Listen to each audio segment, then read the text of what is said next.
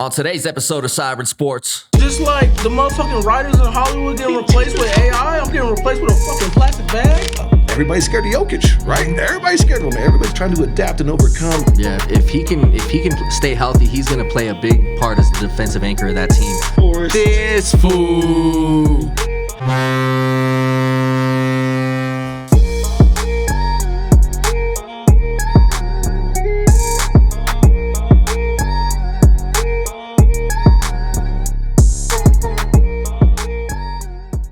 Hello, everybody, and welcome to episode number 11 of Siren Sports, man. We are happy to have y'all. Thank y'all for tuning in.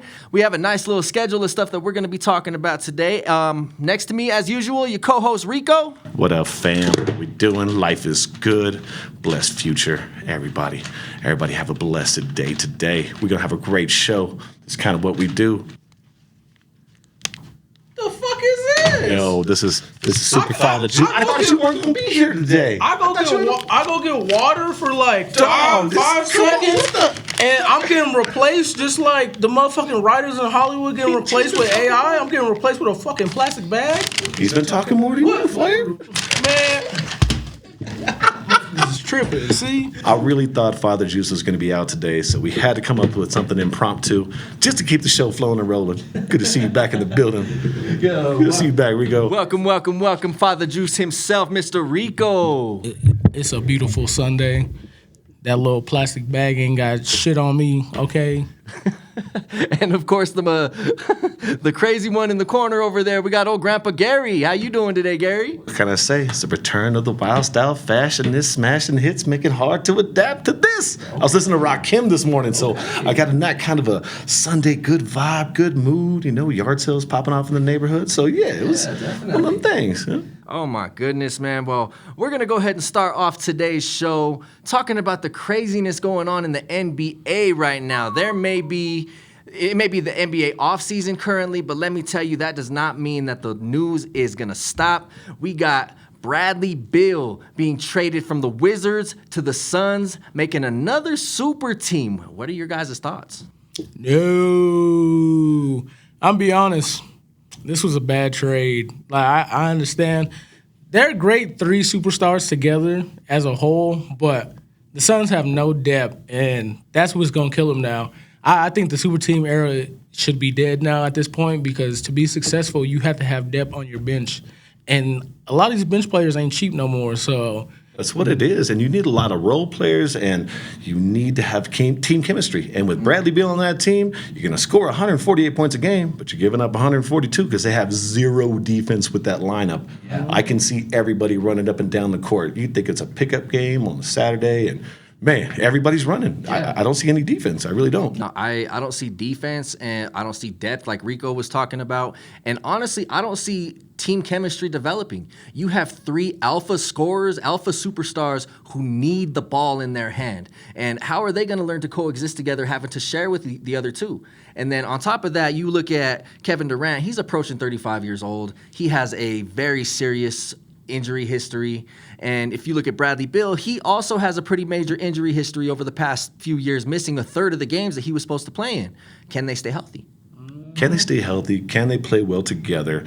It's everything that you guys have already brought up. And this is what happens like with aging superstars, because KD is a certified superstar. But at 35, you got 2-3 more years of legs in you. With that and postseason play, being hindered by these injuries, how good is that going to all pan out? I mean, it kind of gives a lot of truth to the Nuggets team, especially how they've been together for so long, and there's not been that too many switches. There's been a few players here and there, utility players and what have you, but it just kind of gives testament on why this team won the ring. And damn, anybody else that's trying to up and coming, and like you and I were talking about town offset, everybody's scared of Jokic, right? Mm-hmm. Everybody's scared of him. Everybody's trying to adapt and overcome, and how are they going to go ahead and stop this man, let alone the entire team coming into next season? Yeah, it's going to be crazy, especially the way they handicap themselves with the salary cap. They can't really go overspend on a bunch of pieces. They need key pieces that are willing to take veteran minimum deals. They need to take the pay cut, and they need to do it for like the team discount. Dirk Nowitzki was known for that in Dallas. Yeah. He took constant pay cuts just to get that ring, and even therefore after, I think the organization treated him very well. You can't play 48 minutes a night, so especially with three guys, it's just going to make it harder because playoff time, that's the only reason or the only way you're playing 48 minutes a night. But you got to stay healthy, too, at that point. But also, I like how you were talking about Jokic. Mr. Hill Gary here. How you feel about some of those comments from the other day? I was actually impressed because there was a lot of great takes, so it lets me know that people are actually listening to the show and listen to our content and all. It kind of hurt a little bit, but hey, I'm a big dude. I'm a big dude with big tough feelings. It's all right. It's just like a callus. You guys can go on the next conversation. But there were some good points brought up. I'm not gonna lie. And it made me look at the situation a little bit different from a different perspective, but still it was an easy chip. And 16 more to catch up to the Lakers. Go Lakers. You had people pissed. It's all right. Yeah, Gary had people hot, man. Gary was people wanted us to take the podcast down. Like, Burning shirts in effigy. Look, I want you to know, I see everything on the social media. So when you put a dumbass comment talking about stop the podcast and you don't elaborate, I'm going to troll you. I really am, because who the Net bangers banging behind the keyboard and won't speak on it. Speak on it, please. We encourage the comments. We encourage the fan interaction over here on Siren Sports. We really, really do. So give us your takes, feed it back, and believe me, if it's good enough, we'll bring it up on the show. Definitely, right, fella? Yeah, definitely. If you bring up a take that we feel is good enough to talk about, we'll bring it up and we'll discuss it on the show. So keep commenting. Yeah, absolutely. Keep the fire rolling, man. You don't believe with me? Shit. Tell me what you think, player. Just don't put nothing stupid, because I will clap back. Yes, he will. We've seen it already, right, Rico? Call me Petty Eddie. Eddie, I love it. I love it. Petty LaBelle. Oh, man. That's funny. Well, keep going on in the NBA news. We also have some superstars trading teams. Kristaps Porzingis is now a member of the Celtics. It took a couple of tries. The Clippers were involved in the trade. Then they backed out, and then the Grizzlies ended up going. At first, it was Malcolm Brogdon being traded, which would have been a safe trade for the Celtics to make. But then they ended up trading Marcus Smart, the Defensive Player of the Year from a couple years ago, and they lost a huge piece of their team trading Marcus Smart. Granted, they needed the big presence inside the paint that Porzingis is going to bring them, and his ability to shoot the three is going to mesh very well with the way Boston plays offense, but they just lost the heart and soul of that team. Yeah, they really did. Marcus Smart has been there since he got drafted. Like, he won Defense Player of the Year there.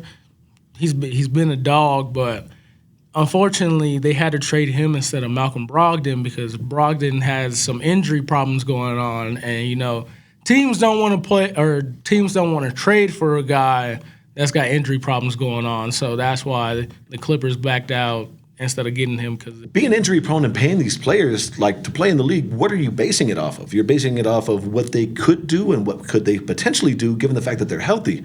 But do you want to spend that money? Do you want to invest in that? And that's the hard part. And I think that's why Danny Ainge is swimming, man. That dude has been the GM for a good minute, and he needs to start to produce soon, because Eastern Conference championships aren't getting you TV deals. They're playing in the finals. It's not getting that big playoff money, and you're not having a parade in Boston. You are under the burning hot stove right now, and you need to produce within next year. I mean, the deadline's done, and there's too many up-and-coming young teams for them to not produce now, because that window is shrinking, just like expired veterans. It really is. Like, how's that window going to be next year when Giannis is at full strength? Ooh. Or what if Giannis leaves? Ooh. Okay, well, what if Philadelphia takes a step up and becomes a championship team? I mean, I'm not saying they're going to, but yeah, I don't see that. I don't see it happening. Joel Embiid, you got your MVP. Proud of you. Whack MVP. I get it. Yeah. Oh man, that's so funny. So let's flip the script on this one and let's take a look at Marcus Smart's situation in Memphis. How is he going to do out there with Ja Morant?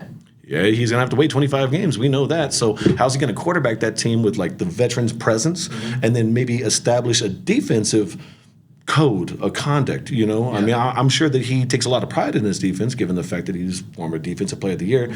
But just like anything else, how is that team going to mesh? And I think it's a decent fit, but I think as soon as you start to get Ja back, it's just going to add more to the element. And I think there's too many components going on. I don't see it going well. I really don't. Yeah, there's going to be a lot of personalities flaring in that locker room. Can the coaches in the front office keep that in check? Or is it going to be a player ego-run team like it has been? Because, I mean, Dylan Brooks really showed that they allowed players to really say and do whatever. Shanghai Tigers, Dylan Brooks. Did he sign that yet or not? Not yet. So He's holding out hope. I heard there's a team that might sign him to an NBA contract. I don't know. Who is it? I don't know who. Is it the Pistons? Hey, bad boy Pistons back maybe. JK. I was old. What the fuck? I think if I'm being honest, I think he will bring a huge defensive presence too, because even though Ja will be gone, you still got two recent defensive players of the years on that team with Jaren Jackson Jr. and Marcus Smart. So I think they'll bring a lot of defense towards them. Steven Adams is a great defender too. He just has to come back healthy from his injury. So Yeah, if he can stay healthy, he's going to play a big part as the defensive anchor of that team.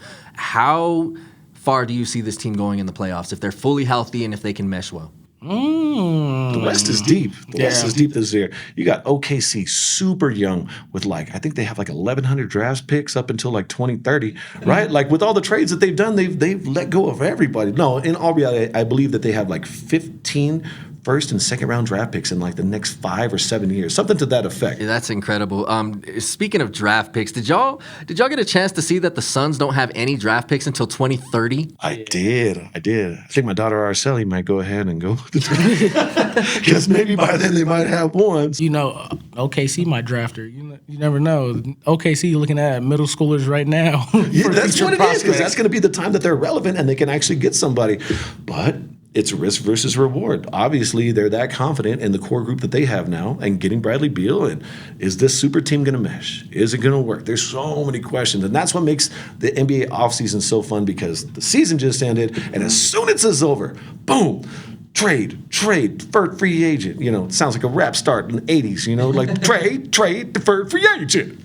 Decline. That's what it is. Decline, more money next time. Hey. Somebody get a cardboard box out. Hey, no, that's right. But speaking of declining options, man, the Nuggets hero Bruce Brown officially turned down his player option and is now a free agent. What are y'all thoughts? Oh, he's not the only one, too. We'll get on that later, but he wants his bag. I mean, I don't blame him, especially after the playoff performance he had.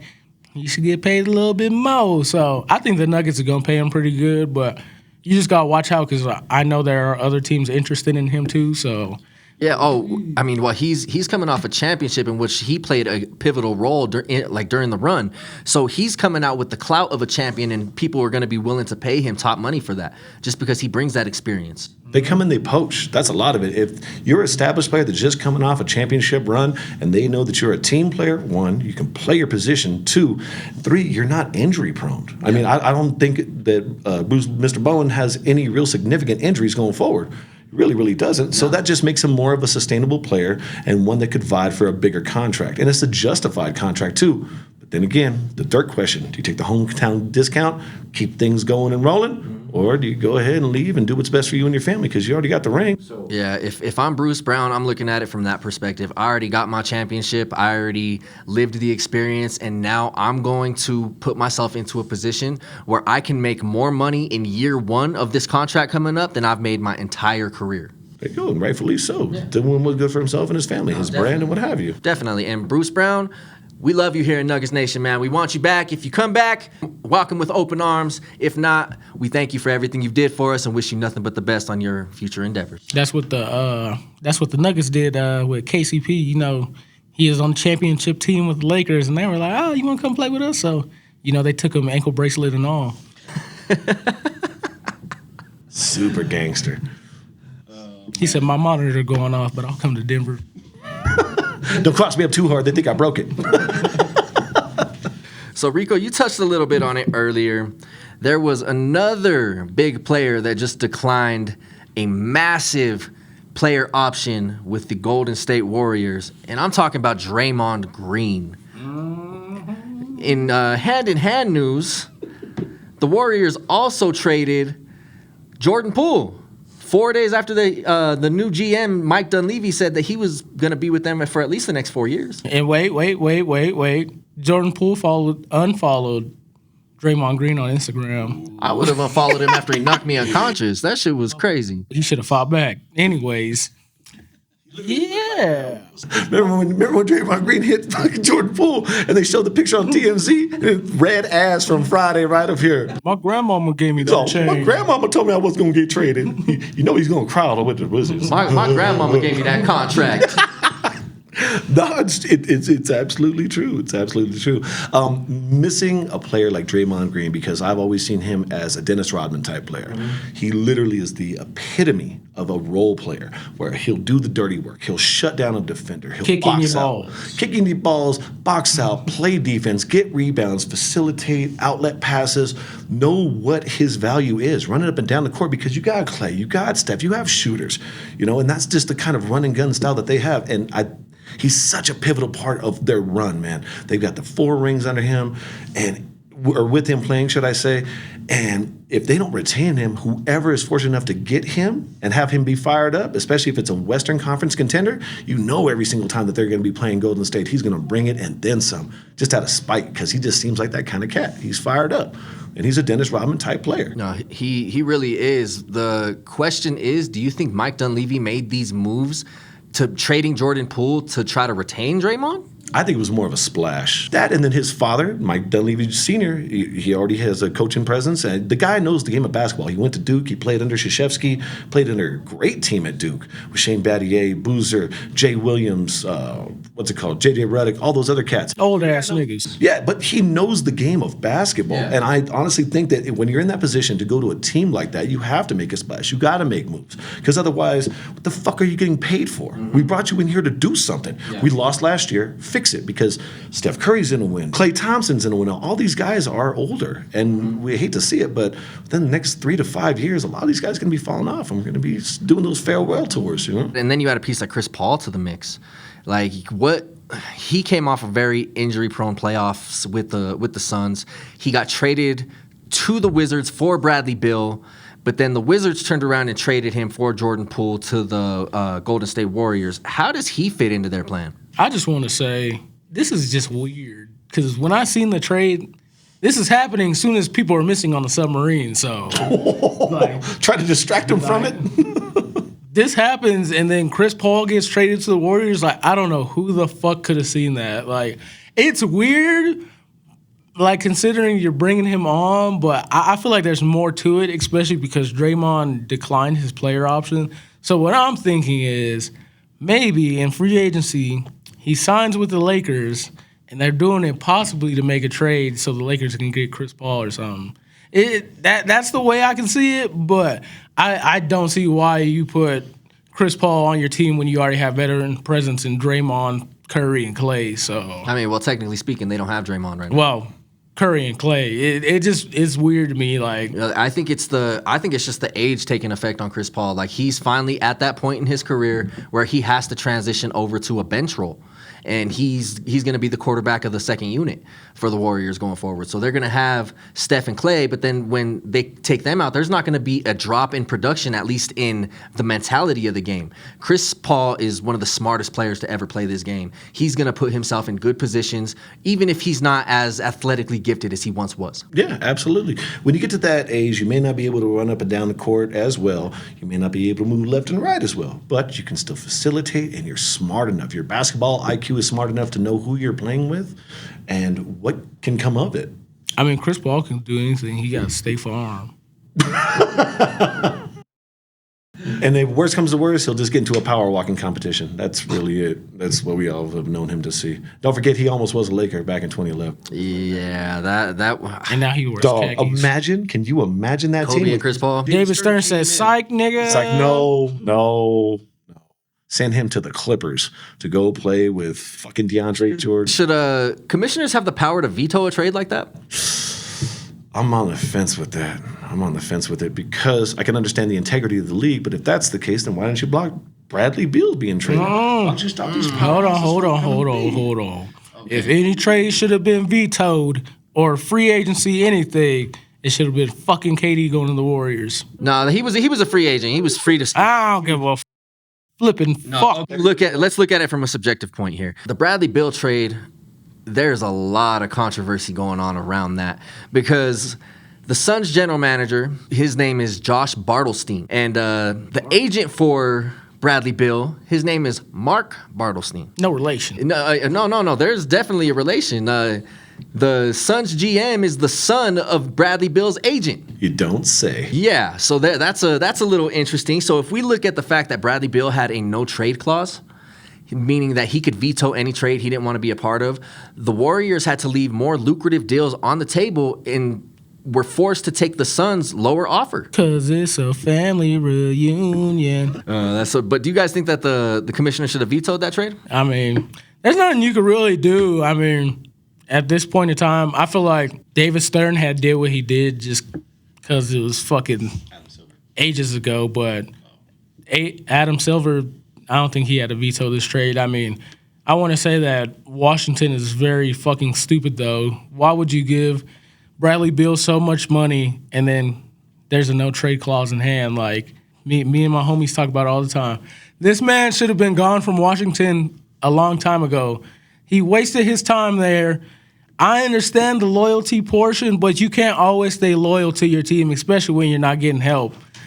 This man should have been out of the door as soon as Russell Westbrook left, as soon as John Wall left. There's no reason why you're sticking around playing with a shitty-ass team and management, of course. I honestly think that the league wants to see this because this sells out the viewerships for those Thursday night games, the Friday night games on NBC, on TBS and TNT and all that. The league wants to see more superstars together. Why? Because you had the shitty Lakers last year. I love my Lakers, by the way. But we were great on paper, and we were on every single night damn near. We were on twice a week on all the big platforms. Mm-hmm. And that's just what they want to see. They want to see superstar power. They want to see KD when he was with Harden and Irving or Kyrie Irving all playing against the Lakers with LeBron and AD and Dennis. Like, they just want to see that. It's more star power, and it brings in a newer audience to see all your favorite players under one game, under one roof. I think that's what it is. It's a monetary thing. Yeah, for sure. It's definitely a monetary thing. They want to see superstars together. And speaking of superstars, the Victor Wembanyama era has officially begun in the NBA. What are y'all thoughts on the French superstar? The biggest rigged. You cannot tell me that thing was not rigged. Come on now. There was an extra ping pong ball when they were drawing it out and it had silver foil wrapped around it. And they're like, yeah, pick that one for the number one. Yeah, get that one. He's saying like how Cleveland had back-to-back picks, number one pick. Or if you go back and you look at what David Stern did for the Knicks with Patrick Ewing when he was coming out and where he supposedly froze the card that had the Knicks so he could feel which one he was pulling out of the bubble. That's a great story. I actually remember that. And I don't think you can do it nowadays because there's too many eyes. Everybody has a phone. You can't really – it's so easy to record that and put them on blast. But I can definitely see something like that going down, and it's being present today. So the proverbial apple doesn't fall very far from the tree. They're still doing the same things until they're going to get caught. But, again, like anything else, how many number one draft picks have we seen flop?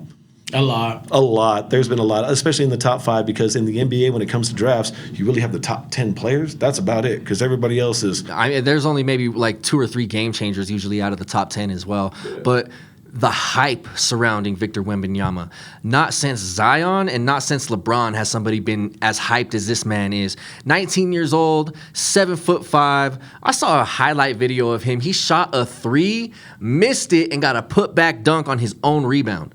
I saw him hold a baseball like this. He had like this much of entire Major League Baseball coming with his grip, his hands, his paws. Like, dude, he's a big dude. That kind of ball control to be able to hold that pelota, man. 8-foot wingspan. Can't really beat that. It's crazy because ESPN analysis said he has a 55% chance of making the All-Star game this year. That's it. And I'm like, well, no, they're gonna do everything that they can to hype him up. But is it too early? Yeah, absolutely. In today's day and age, there's been so many early round draft picks that have been hyped up. Like you were speaking on earlier, Zion Williams. Where are we at with that gentleman? I think I've played more games in the NBA than Zion Williams at this point. But he's got the clout enough to get put on 2K covers and be labeled a superstar when he hasn't proven a fucking thing. People getting their fucking face tattooed with his name on it.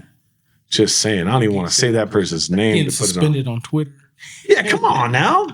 I'm on Twitter. I can't even get suspended. Yeah, I don't know. It's going to be interesting because we did a little draft watch party the other day for class, and this draft, I'm really not impressed with this draft class. I'm be honest. Like, yeah, there's good guys coming out of it, but I think at the end of the day, it's not. There won't be too many guys in the future that I can say, oh, yeah, this was one of the best draft classes. I just don't see it.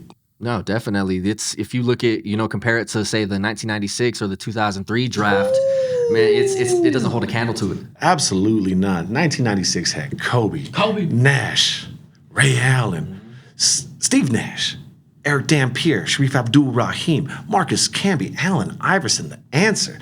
Then the game was different back then, though. Yeah. These guys had a majority of these players stayed in college for at least 2 years, if not more. And I think that comes into the style of play that comes in nowadays because back then, those guys knew how to be a part of a team. They knew how to play the game of basketball. Whereas now, if you have individual talent and you're a baller wherever you're at, you can come out of the league right after 1 year of college or playing overseas if you choose to. Yeah. And then 2003, spot it out. Who we got, House? Or town? LeBron James, Carmelo Anthony, Dwayne Wade, Chris Bosh.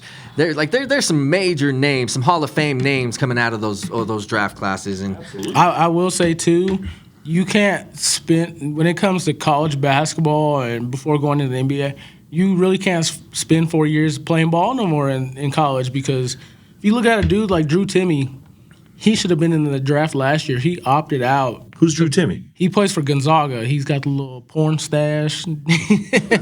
He's got a little porn stash. But he should have been in the draft last year, and he decided to stay another year, and he went undrafted this year. So I get a lot of guys want to bet on themselves, but if you got the momentum, you might as well go in the draft now. And you got to capitalize. You got to strike the iron while it's hot. Exactly. Absolutely. And speaking of Gonzaga, the Denver Nuggets went and drafted Julian Strawther with the 29 pick, who many consider the best wing shooter in the draft. What are you guys' thoughts on him? Bakito. Julian Strawther sounds like somebody that's going to be open up at Stampede next year. I've never heard of Julian Strawther. I don't know. I'm not familiar with the draft. This is your guys' stuff. But yeah, he sounds like somebody that's playing at a Pinocchio bar downtown in Denver with his guitar acoustic.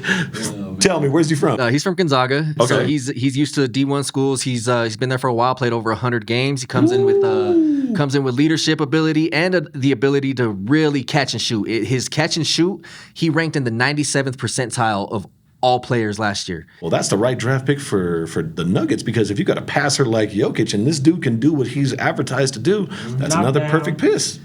Yeah, perfect piece. It really is. And then if Michael Porter is having an off night, who says that this kid can't pick it up? If he plays, because, the Nuggets don't really play their young guys unless they earn it. Unless they earn it. That's what I like about Michael Malone. He's a hard-ass coach. He is. Nikola Jokic and Jamal Murray were both bench riders for a good portion of at least their first year. I remember there was some outrage that it took a long time for Jamal Murray to break the starting lineup. That's when Moutier was point guard. We're not even getting into that right now. Moutier was point guard, and what's the name in Portland? Joseph Nurkic. Joseph Nurkic was supposed to be the future of the Nuggets, but Nikola Jokic came in, outplayed him, and Michael Malone and at the time GM Tim Conley were smart enough to say, no, Jokic needs to be the one that we build around. Obviously, it panned out. Yeah, shout out to him. No, definitely.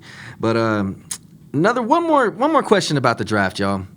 How do you guys see Dame Lillard and Scoot Henderson meshing? Dame's out of there. I heard he went live the other day playing Miami by Will Smith, so he might be going to Miami. That would be an interesting trio right over there. Just for have a player like him who is thirsty. He is thirsty. He's one of the NBA's top 75 players without a chip. It trips me out when I see him and AD on there. And to me, those guys, man, they're great players, not 75 players, but for a talent like Dame to go ahead and leave, what's he going to do? Because he's been asking for it for years. It's been hinted at him for years. And once C.J. McCollum, once he left, I was like, well, who else is there? And he still kept on producing. No, he's a superstar capable of carrying a team. Him in Miami is scary. I'm gonna say it right now. That's scary. If we would have faced that team, it probably would have went 6 or 7 if we would have faced them in the finals instead of just, Jimmy Butler and Bam Adebayo. But 20/20 hindsight. But speaking of top 75 players all time, that brings us to this week's Around Town segment. Man, Deion Sanders, bro, I feel for you. My man is having some health issues right now, man. He really is. He had to have an emergency surgery a couple days ago to remove blood clots in his groin area. He's had some pretty serious circulatory issues. He's had a couple of toes amputated already. And there was a talk last week or the week before that he might have to have his whole foot amputated in the worst case scenario. So, our prayers up to Deion Sanders, our prayers up to Prime, but we have to ask, how does that affect CU? You don't got a coach that can walk the sideline. I don't know what to tell you. It's I think fucked up take. But go ahead. He'll be back. I think he's gonna recover strong. I know they told him he's got to have those emergency surgeries so nothing bad happens. So I think he'll be, before the season starts, on his little scooter like he was at Jackson State, scooting around, and then he'll eventually get healthy. He'll eventually get healthy and be walking around again. So we wish him the best. Yeah, definitely wish him the best. Man, it sucks to see. You think of Deion Sanders, you think of that man blazing up and down the field, incredible speed, or straight doing a 40-yard dash and running out the stadium. It's true. It's true. It's unfortunate. Once you get older, taking care of your health is your wealth. I don't know what to say, man. It could happen to anybody. That man could eat phenomenal, and he could have the best diet, best health regimens, but fortunately, these kind of things are just genealogical. For sure. But it sure doesn't help the wear and tear that he put on his body all those years playing both football and baseball. And I think he's one of those smarter players that cut out before it got too bad, and he left and walked away from the game. But yeah, man, just, prayers to Prime. Absolutely. Hope you recover Speedy well. recovery, sir. Speedy recovery. Speedy recovery, man. CU needs you. But, man, this year's baseball season has been fucking crazy so far. I don't even know what to say. I really don't. There's so many storylines. Just throw a fucking dart at the board right now. We could speak on any of it. There's one star shining brighter than everybody else in baseball right now, and that is the phenomenon known as Shohei Ohtani. You'd have to be around in the 1910s to see something like that and see a player the caliber of Babe Ruth, because that's what we're seeing right now. This man can pitch. This man can hit. This man can play a field, or excuse me, this man can pitch This man can pitch every fifth or sixth day as part of a major league rotation and be efficient. He can bat every day and produce as a DH. Never seen anything like it. It's transcending. And then for him to be of Japanese descent is even more of a cultural cherry on top. For an American, or excuse me, for a United. For an American game, yes, he's just standing out above and beyond, putting more light into the international field, and he has not disappointed. He's one of those few cats that he's the highest paid player in baseball right now, $30 million a year from the Angels. He's going to break the bank next year with over $500 million. It's just who's going to be lucky and fortunate to have him. But brings me to my question to you, gentlemen. Do you pay somebody that much money? Do you really pay that much money in baseball where the contracts are damn near guaranteed all the time? I think you have to do what you have to retain him. Shohei is a once-in-a-generational talent. Can the Angels do enough to retain him, though? Can they make him want to stay there? Absolutely not. They've put together such a shit team around Trout, and then you added a piece like Ohtani, and they're still not producing. How many games have there been this year where Mike Trout hits 2 home runs, Ohtani strikes out 14, and 7 is anything pitched, And they still lose. and they still lose? They find a way to lose. They find a way to lose. I give them credit right now, because if the playoffs ended, they'd be in the wild card. But I think at this point, if you're someone like Ohtani, you go to a bigger market. I understand you're playing for the Angels, but you got the Dodgers looking out, try to get you. You got the Yankees, even the Padres that Gary hates so much. Fuck the Padres. Everybody's going to open up the bank account. Everybody's going to open up that checkbook and see what's going to happen. It's just a matter of time at this point. But if you're the Angels, what do? Do you trade him before you let go of him? That was going to be my question is, what do you do if you're the Angels? Do you let him walk out the door where you just get compensated with a random third-round pick? Or do you jump the gun and pull the blockbuster trade and get back what pieces you can to hopefully build your team for the future? I think that you would get a lot of pieces back if you were to trade him, but it's just a matter of whom you're going to trade him to. You're not going to trade him to an American League West opponent like the Rangers or somebody that could pay.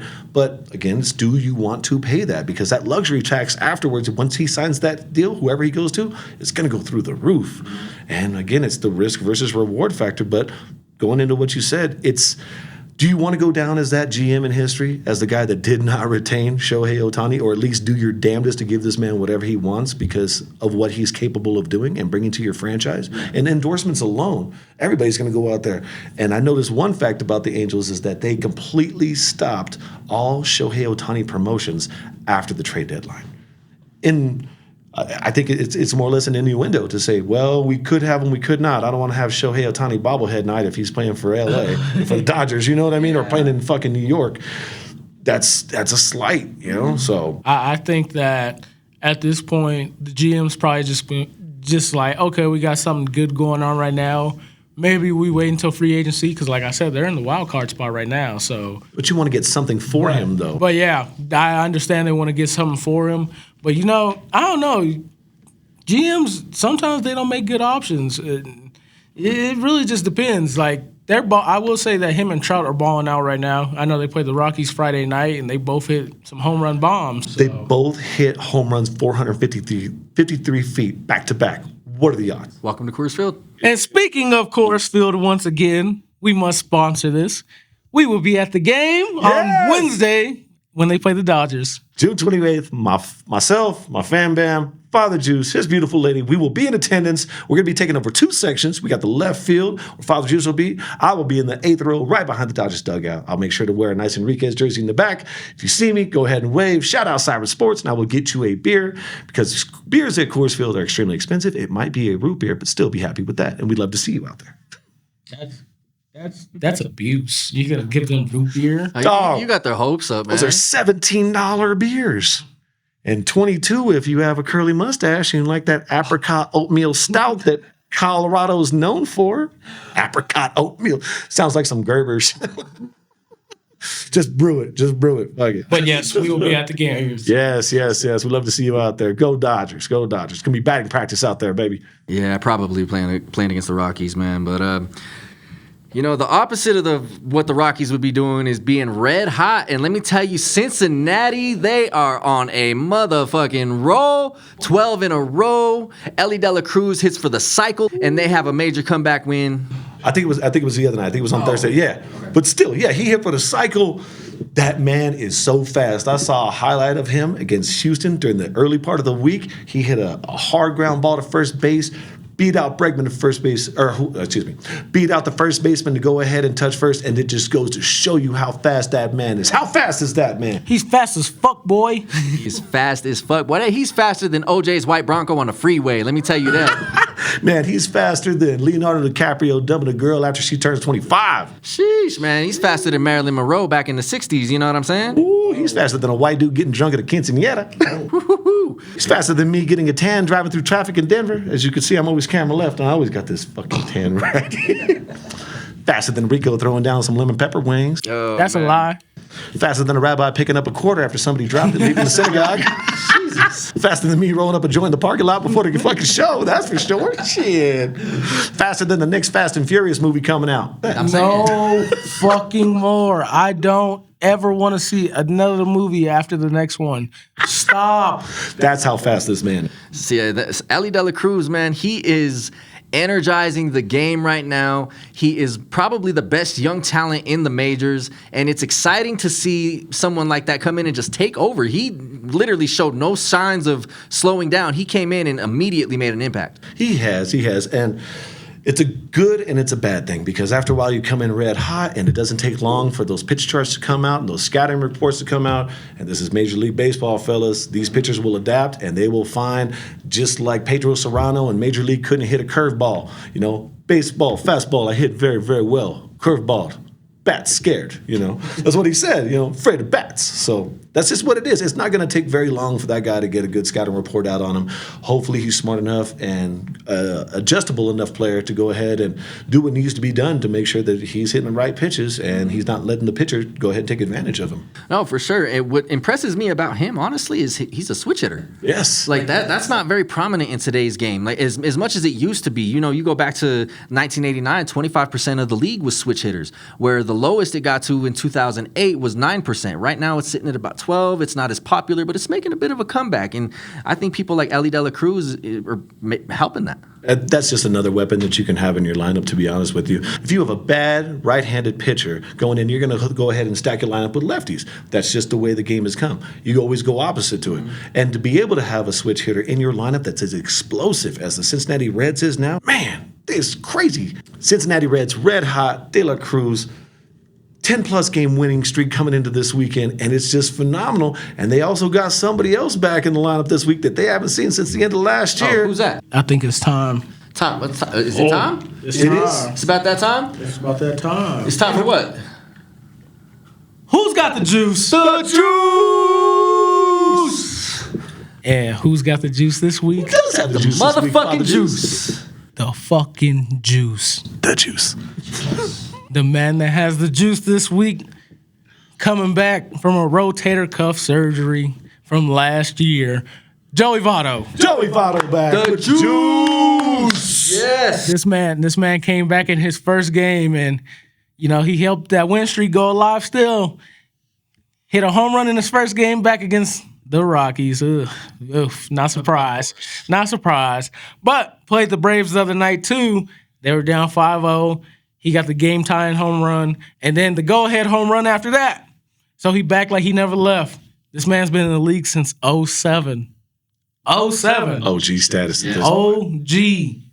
No, he's still putting them together, man. It reminds me a lot of Albert Pujols because that boy still had his power towards the end. 701 home runs, and that was enough for that, man. He retired. But absolutely, with Joey Votto, testament to his health, testament to his regimen, and just being an overall stud baseball player because you're playing 162 games a year, not including playoffs or preseason. He's 15 years in. It just shows that he is a true professional. And not only that, though, he's really an ambassador to the game because I remember watching last year after he got hurt, he was in the stands, shaking hands with the fans and the kids taking pictures, and he would just walk up casually, not just on the lower deck, for the pricier seats. He was up at the top. He was up at the nosebleeds for the moms and dads and kids that can't really afford to get down there. But you know what? If you were up there and you were fortunate enough to see this guy, man, that's a life-changing experience. Not necessarily life-changing, but it's something that you'll never, ever forget because you have a major league player coming up there, shaking hands with a kid, taking a picture. That's so fucking dope. Oh, for sure. Like, I have a similar story like that, but it was a very obscure Rockies player by the name of Ian Stewart. He played third base,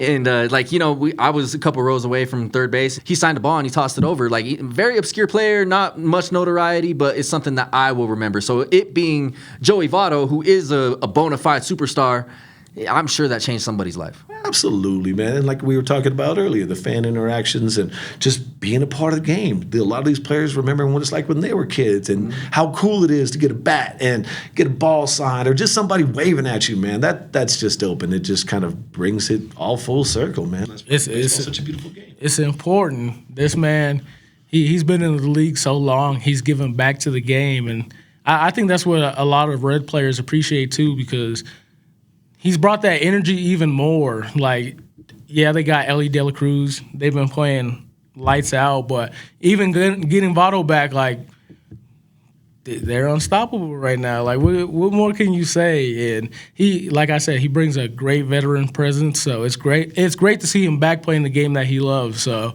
hopefully the Reds keep it going and end up getting a playoff spot because they've been working their ass off for it. Well, they control their own destiny right now. They're in first place. Yeah, they're in first place in the Central.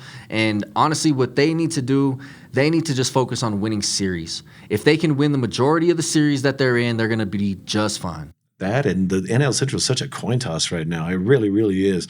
Cubs, Cardinals, Reds, Brewers, all these teams, they're all competitors. It's always a crapshoot. It's better than the AL Central. Have you guys seen the AL Central? Nobody is above 500 in first place. Mid. They are horrible. The Boston Red Sox have the worst record in the East, and they would have in the American League East, and they would have the best record in the AL Central had they not been in the same division. So that is just wild. saying. They got some studs out there. They got some studs out there in Miami too. Don't overlook them. You got Luis Arraez, who's close to batting 400. Like, and that man is a fucking animal, bro. The way that he swings that bat, the way he attacks the gaps, swings into opposite field, I don't think he's going to be able to keep that pace up to bat 400, but he's doing something special right now. He really is. I mean, the last person that got close to 400 was Tony Gwynn back in 1994, batting 394, and that was in a shortened season. But this dude, he can do it all. He really doesn't hit bombs. He just is a line drive type of hitter. I mean, he has 15 strikeouts in his last 260 some odd at bats. That's that plate vision. Man. Vision, discipline. Like, he goes up there and he plays gap to gap. He will look for the holes in your defense and try to put the ball right there. Absolutely, and it shows because he has 3 5-hit games this year, 5 4-hit games this year, 10 3-hit games this year, but ironically, his longest hit streak this year is only 12 games. So when he's on, he is locked in, he's loaded, he's getting multiple hits, and he's doing the damn thing. And that's what I think is keeping the Florida Marlins credible and above water at this point, because without Sandy Alcantara pitching, they're really struggling as far as their starting pitching is concerned. But when you have somebody like that with a good bat in the lineup, you're always in contention every day. If you look at the month of June, just the month of June alone, he has 3 games where he went 5 for 5. That's fucking in a Like month. a free throw. Yeah, it's incredible, man. Like, to get up there and get 1 hit off a major league pitcher is impressive. But to go up there 5 times and get 5 hits in 3 games in 1 month, like, that, it's crazy. You're locked in. You're really, really locked in. And when you're seeing the ball like that, and when I watch him hit, it really does remind me of Tony Gwynn, because he was one of my favorite players watching him come up. Tony Gwynn was a heavy-set cat, and he would just play right field. He wasn't running a lot, but, he wasn't striking out.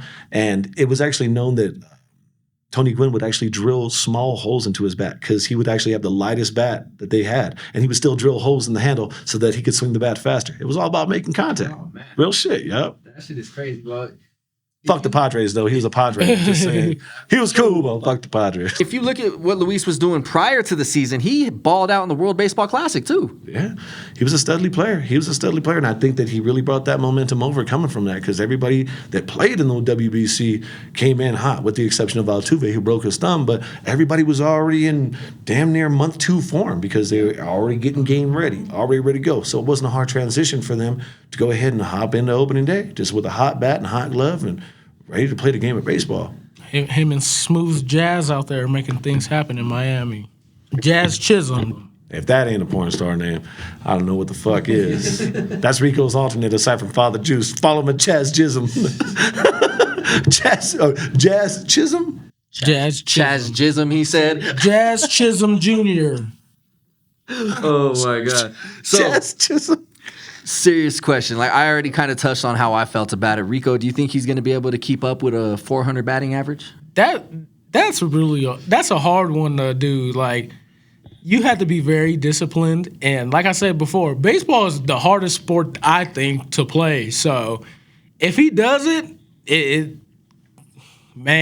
he does it, I don't even know what to say, because it how many times has it happened before? Like, Last time it happened was in 1941 with Ted Williams. 1941. 1941, and it's been done 13 times. So that in itself is impressive. It was done 13 times, but it all happened in a 40-year stretch from 1901 to 1941. Since then, the pitchers have become so advanced, new pitches, new techniques, that these hitters have to play catch up constantly. Man, someone hasn't done that since the 20th century. And saying, if he does it, it's history making. But I don't know. A lot of these pitchers are great too, so he might get close to it, but I just don't see it. It's going to be one of those records that's going to stand a long time for the test of time.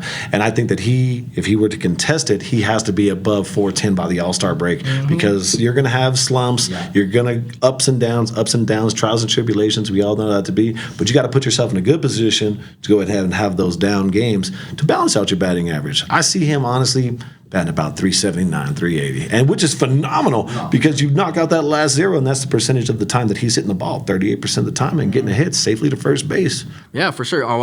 A lot of people will label you a great hitter if you go up and you get 3 hits out of 10. Absolutely. And getting 4, it doesn't sound daunting at all. But like to extrapolate that out over a whole season and consistently get 4 hits out of 10 every 10 at bats, it's hard, man. It's damn near impossible in today's game. And like I was talking about earlier, a lot of the times they're seeing him getting hits left and right. That scouting report is just getting bigger and bigger and bigger. But it could work in his favor because maybe the pitcher's overthinking and putting too much emphasis on location or the type of pitch instead of getting relaxed and loose and letting it go in the game of baseball. But shout out to him, man, for holding it down this long. He's been doing damn good. Hopefully he keeps it up. That Miami powder. That Miami powder, that Miami Vice.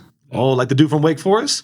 This fool this week from Wake Forest. This fool. Cody Rowland. This man, play it on the screen. Play it on Screen Town. Look at him. Touch his nose. Man. Touch his face. What Can't the- stop. How many cups of coffee? What and the- what kind of coffee? Bro, Fuck. that's that Colombian coffee. That's what he's on right now. Look at him. Look at his face. He's spinning the glove around. He's on a sick one right now. This fool. He off that perk.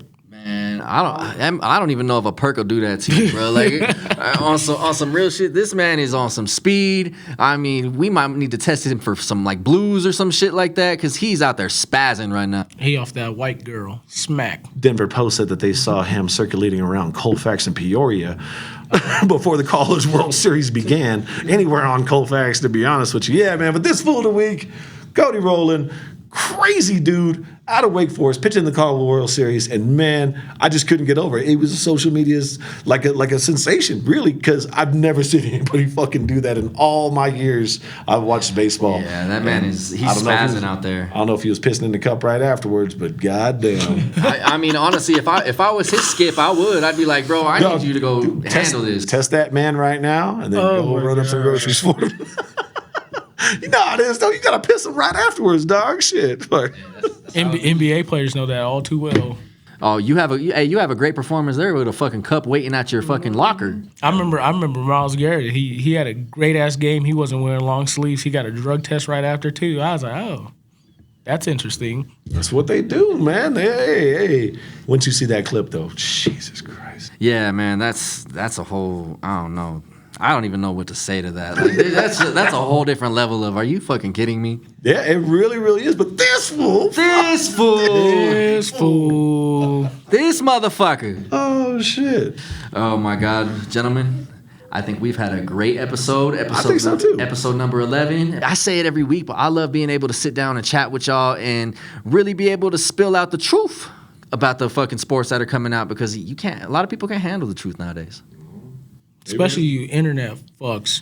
Yeah, I got to start reading these comments and all that stuff because I'm not the social media director. This gentleman right here is. But please keep it coming. Give us some likes and subscribes. We love we love the interaction. We love the feedback from everybody. Shit, off the top of my head, man, we're gonna give some shout outs to some new subscribers. Shit, hell yeah. Go ahead, Gary. Oh shit. Well, on IG is Mr. I Am Smooth, Mr. Yancy Cetina. Thank you so much for your support. We really appreciate it. And the Chance82. Check them out on their hashtags right below. We love and appreciate the support more than you guys know. Thank you so much for liking the show, following, subscribing, and sharing it on your own little platforms. We really, really appreciate you spreading the word and getting us out to the masses as much as you possibly can. So it's greatly appreciated. Yeah, we appreciate it for real. And if y'all want a chance at being shouted out by the show on the show, make sure you hit that follow button. Make sure you hit that subscribe button. We will be picking 3 random people from our subscribers every week to give y'all a bit of a shout out, man. So shout out to y'all. We appreciate it. Go ahead and on all social medias at Siren Sports Pod. That's TikTok. That's Instagram. That's Twitter. You could even find us on Facebook. I know that's for the old folk now, but I got Facebook. What the fuck? But y'all gotta be in the comments saying Siren Sports is the #1 podcast. that's right, man. Siren Sports is the #1 podcast. And you know what? Even if you think we're idiots, go ahead and tell us that too. We appreciate the comments. Exactly. There's some new flavor in the Denver area. That's all I'm going to say. And it's right here with Siren Sports. Absolutely. But we can't leave yet. We gotta bring our #1 supporter up. Is the #1 fan for Siren Sports in the building? Is the #1 fan for Siren Sports in the building? I think she is. Uh-oh. I think she is. Oh. And we have our #1 fan here, my beautiful daughter, my little 6-year-old girl, Miss Araceli Enriquez. You want to hop on here and say hi? Hi. Oh, there we go, sweetie. Now you can hear yourself. You want to talk to the guys? Hello. Hello, hello. So what do you like best about the show, sweetheart? The statue. You like the statues? Okay, cool. Are you a Dodger fan like your daddy? Oh my goodness. Ask her who, wait, ask her who her favorite player is. Who's your favorite player? Red Freeman. Freeman. Freddie Freeman. Freddie Freeman. Oh my, she came Freddie. prepared. She came prepared. I like it. An eye for talent like her father. We got a future scout in the making right here. Yes, we do. Araceli, we want to thank you for coming on the show. Thank you for being such a big supporter. And keep it up. Make sure you tell all your friends about your crazy dad and his crazy podcast that we do, all right? About the crazy dad and his crazy friends. He's his family, bro. Come on now. Oh, my goodness. Well, Gary, you want to plug your socials for the folks? You know what? It's cool because I'm still on Twitter, Gary Enriquez18, and I'm actually on TikTok, Gary Enriquez18 as well. I only get one social platform a week, so we'll hope for Instagram by next week. My beautiful wife is my social media manager, so we'll see. She gotta filter some stuff out. We'll see how that goes. Okay. But yes, I'm starting to spread the word. So by all means, reach out, say what's up, give me your comments and feedbacks. I love hearing the beef. That's funny. Rico, you want to plug your socials for the folks? Follow your boy at Father Juice on Instagram, TikTok. You know what's going on. Subscribe, like I always say. Don't be a hater. Come subscribe. We're halfway to 100 subscribers.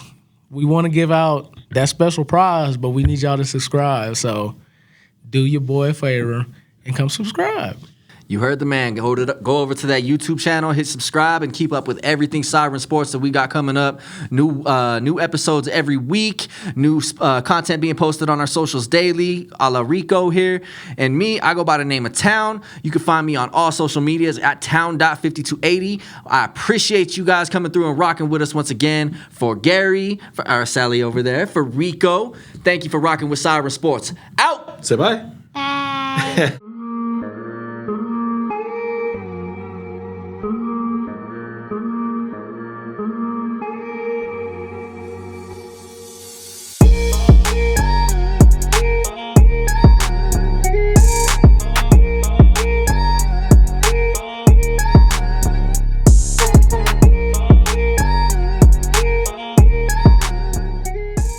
Siren Sports is part of the Imprint Media Network.